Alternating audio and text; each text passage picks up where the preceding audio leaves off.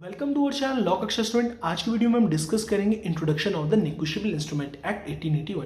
Start करते हैं। There are several modes of financial transaction. अगर हम बात करते हैं तो फाइनेंशियल ट्रांजेक्शन करने के लिए आज की डेट पे हमारे पास क्या है, काफ़ी सारे मोड्स हैं जिससे हम क्या कर सकते हैं, फाइनेंशियल ट्रांजेक्शन कर सकते हैं। The previous methods mainly focused on cash transaction. अगर हम पुराने टाइम की बात करते हैं तो अगर फॉर एन एग्जाम्पल हमें कोई प्रॉपर्टी लेनी है तो हम उसके बदले में क्या देते थे, कैश देते थे। अब आप सपोज करिए मुझे 1 करोड़ की प्रॉपर्टी लेनी है, यानी कि 1 CR का कोई भी फ्लैट लेना दिल्ली में। अगर मैं कैश ट्रांजेक्शन करता हूँ, कैश ट्रांजेक्शन मतलब 1 करोड़ मैं लेके जाता हूँ दिल्ली तक, तो आप ये समझिए कि दिल्ली से मेरा घर 30 किलोमीटर दूर है, 40 किलोमीटर दूर है, 50 किलोमीटर दूर है। तो कितना रिस्क है कि मैं एक इतनी ह्यूज अमाउंट को लेके जा रहा हूँ, कहाँ, प्रॉपर्टी खरीदने। भाई रिस्क तो है ना, बाई चांस क्या करें, कोई भी भैया कोई भी पर्सन मेरे से छीन ले, कुछ भी हो सकती है, कुछ भी मिस हैपनिंग हो सकती है। तो उसी की वजह से, उसी को ध्यान रखते हुए वजह से कि जो हमारी फाइनेंशियल ट्रांजेक्शन है आज की डेट पे हमारे पास क्या है, काफ़ी सारे मोड्स हैं। जैसे चेक से भी तो कर सकता हूँ मैं। आप ये चीज़ करेक्ट करिए कि क्यों हमारा ये नेगोशिएबल इंस्ट्रूमेंट एक्ट आया। Clear. Cash was mainly use as preferred mode in exchange of goods and services. अगर आज की डेट में हम बात करते हैं तो कैश हमारा क्या है, प्रीफर करा जाता है सिर्फ गुड्स और सर्विसेज को एक्सचेंज करने के लिए। However in recent time there has been the introduction of several negotiable instrument. अब इसी वजह से, इस रिस्क को ध्यान में रखते हुए, इस चीजों को ध्यान में रखते हुए क्या आया, negotiable instrument. Clear. Which has eased out of the transaction process, several country have devised their own negotiable instrument laws। अब देखिए इसी चीज को ध्यान रखते हुए कि ट्रांजेक्शन प्रोसेस को इजी किसने बनाया, हमारे नेगोशिएबल इंस्ट्रूमेंट ने। और सेवरल कंट्रीज ने, यानी कि डिफरेंट डिफरेंट कंट्रीज ने क्या करे, अपने नेगोशिएबल इंस्ट्रूमेंट लॉज बनाए। The best way to define negotiable instrument is to consider them as anything that possess monetary value। अगर हम बात करें, अगर नेगोशिएबल इंस्ट्रूमेंट को जानने की बात करें तो नेगोशिएबल इंस्ट्रूमेंट क्या होता है, ऐसा कोई इंस्ट्रूमेंट जिसकी क्या हो, मॉनेटरी वैल्यू। अगर हम बात करते हैं चेक को ही लेते हैं, क्योंकि चेक आप डेली लाइफ में आप सुनते हैं इस वर्ड को। अगर मैं आपसे प्रोमिसरी नोट कहूँ, बिल ऑफ एक्सचेंज कहूँ, तो सम ऑफ द स्टूडेंट्स उन्हें नहीं पता होगा कि क्या होता है प्रोमिसरी नोट और क्या होता है हमारा bill of exchange. But cheque normally हर बच्चे को पता होता है चेक क्या होता है। अगर हम चेक के बारे में बात करते हैं तो मैंने फॉर एन एग्जाम्पल ए के नाम पे 1 करोड़ का 1 CR का चेक काट दिया, तो उसकी क्या है, मॉनेटरी वैल्यू ये। वो जाएगा, उस चेक को बैंक में लेके जाएगा, वो जमा करेगा और 1 CR मेरे अकाउंट से उसके अकाउंट में ट्रांसफर हो जाएंगे, अगर अकाउंट पे ही चेक है तो ऐसी सिचुएशन समझिए कि उस चेक की भी वैल्यू, वो एक कागज 1 CR का है, बट अगर वो मेरे से मिस भी हो जाता है तो मैंने उस पर साइन कर रखे और पार्टी का नेम डाल रखा है, तो कोई उसका मिसयूज नहीं कर सकता।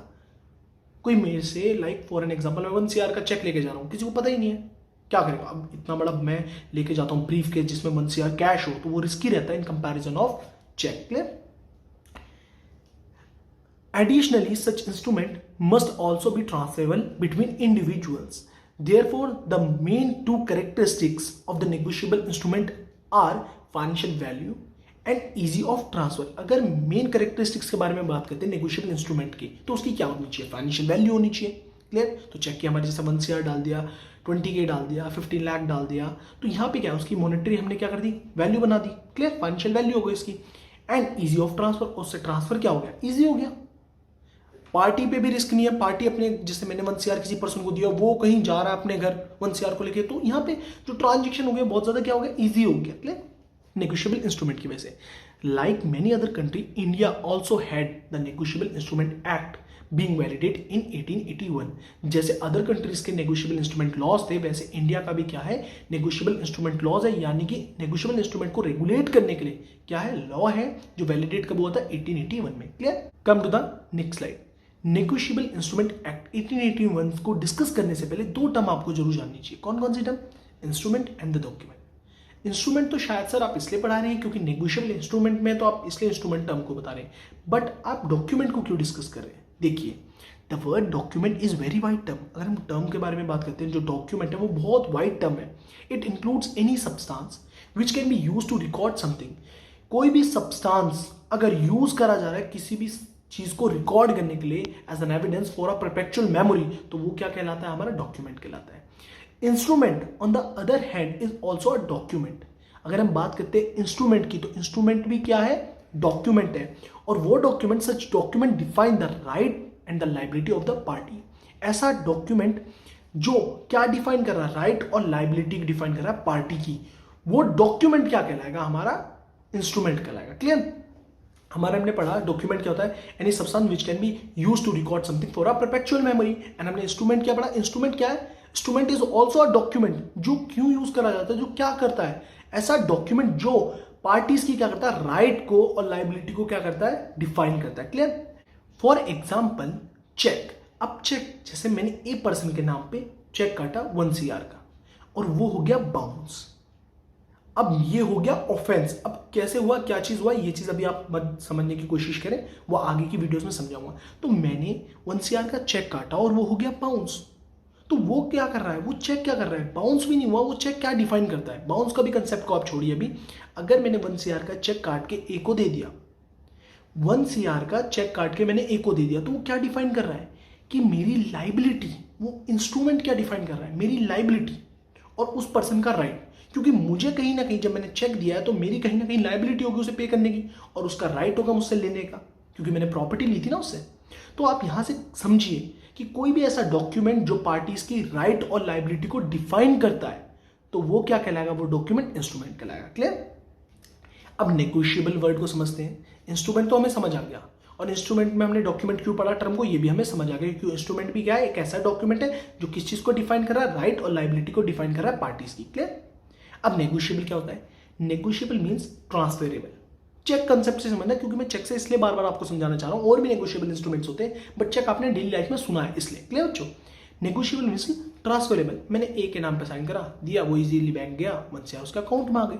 तो जो ऐसा इंस्ट्रूमेंट जो ट्रांसफर हो सकता है, क्लियर, वो क्या कहलाएगा, हमारा नेगोशिएबल इंस्ट्रूमेंट। क्लियर? नेगोशिएबल का मींस क्या हो गया, ट्रांसफरेबल, और इंस्ट्रूमेंट का क्या हो गया, ऐसा document which defines the right and the liability of the party. Clear? अब बात करते हैं नेगोशिएबल इंस्ट्रूमेंट हमारा कहां डिफाइन है, सेक्शन 13 पे डिफाइंड है। फर्स्ट, कौन कौन से इंस्ट्रूमेंट आते हैं इसके अंदर, 3 आते हैं। फर्स्ट, प्रोमिसरी नोट, जो हमारा सेक्शन 4 में डिफाइंड है। बिल ऑफ एक्सचेंज सेक्शन 5 में डिफाइंड है। चेक हमारा किस में डिफाइंड है, सेक्शन 6 में। एक और कंसेप्ट है जो मैंने स्टार लगा के लिख रखा, हुंडी। ये भी हमारा नेगोशिएबल इंस्ट्रूमेंट इनडायरेक्टली मानना चाहिए। इनडायरेक्टली मतलब क्यों, क्योंकि ये अभी रिकॉग्नाइज नहीं करा गया प्रॉपरली तरीके से। Clear? Come to the next slide. Characteristics. First, movable. The negotiable instrument is convenient method of transferring money. अगर हम बात करते हैं नेगोशिएबल इंस्ट्रूमेंट की, तो वो बहुत ज्यादा क्या है, कन्वीनियंट मेथड है। किस चीज को ट्रांसफर करने का, मनी को ट्रांसफर करने का। चेक को माइंड में रखिए, बहुत ज्यादा क्या है, कन्वीनियंट मेथड है। क्यों कन्वीनियंट है, कैश ले जाओगे, रिस्क है, कैसे हैंडल करोगे, इतना सारा ब्रीफ केस ले जाना, रास्ते में कुछ मिस हैपनिंग हो गई।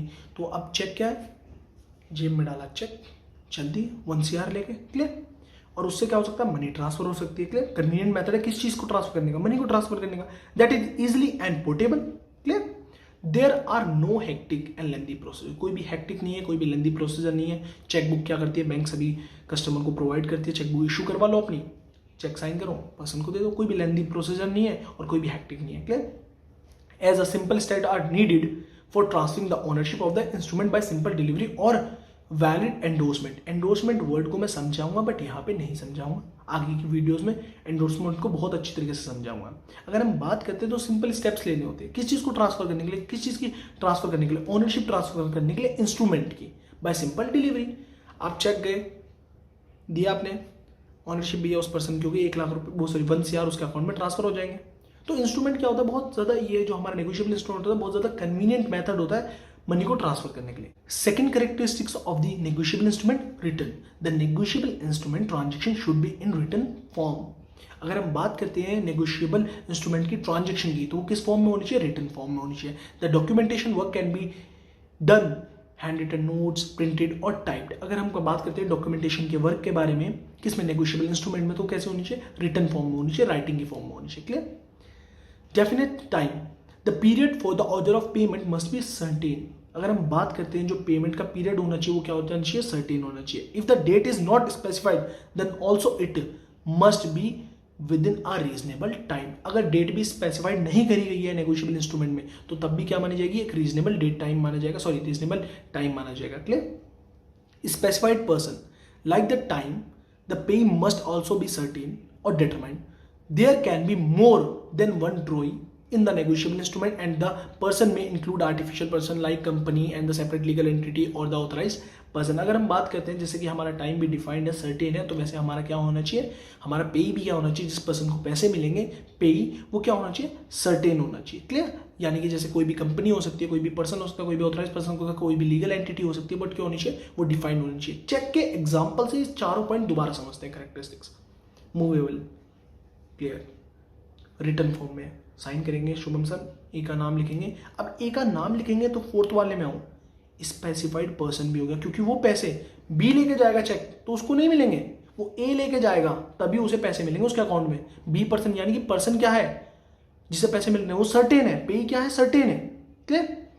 अगर टाइम की बात करें तो सर ने डेट डाली होगी उस पर. क्लियर. तो यहाँ चेक की कंसेप्ट आपसे सारे नेगोशिएबल इंस्ट्रूमेंट के कैरेक्टरिस्टिक्स आपको समझ आ चुके होंगे. क्लियर. होपफुली आप सभी को वीडियो अच्छी लगी हो. अगर वीडियो अच्छी लगे, कंसेप्ट क्लियर हुए तो वीडियो को ज्यादा से ज्यादा लाइक करें, शेयर करें, subscribe my channel, also press bell icon for the new videos, and thank you so much for your support guys. Have a nice day.